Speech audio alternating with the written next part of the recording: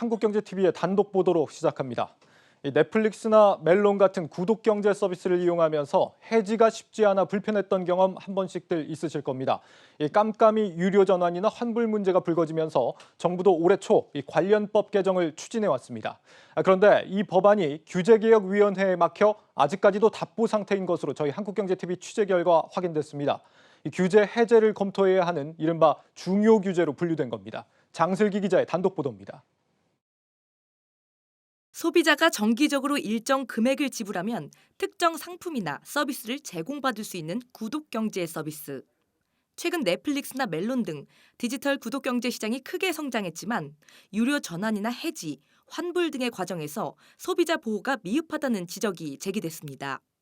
이에 금융위가 지난 1월 금융소비자 보호를 위해 해지 절차를 간편하게 하는 여신 전문 금융업법 개정안을 발표했는데 취재 결과 개정안이 규제개혁위원회에 중요 규제로 묶인 것으로 나타났습니다.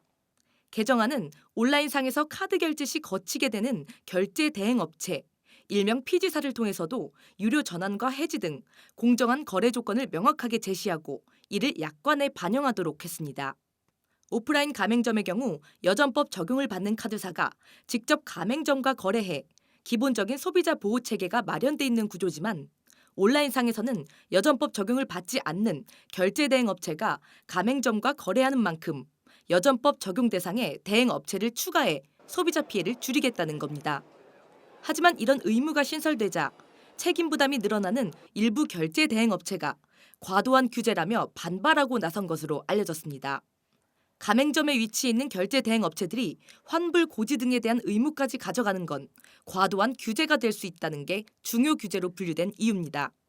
넷플릭스 등 구독경제 사업자들도 해당 법안으로 결제 대행 업체들이 오히려 계약 해지 등 갑질을 할 수 있는 위치에 놓일 수 있다고 우려하는데 사실상 수익과 직결될 수 있는 만큼 유료 전환을 명확하게 고지하는 방안은 꺼려하는 눈치입니다.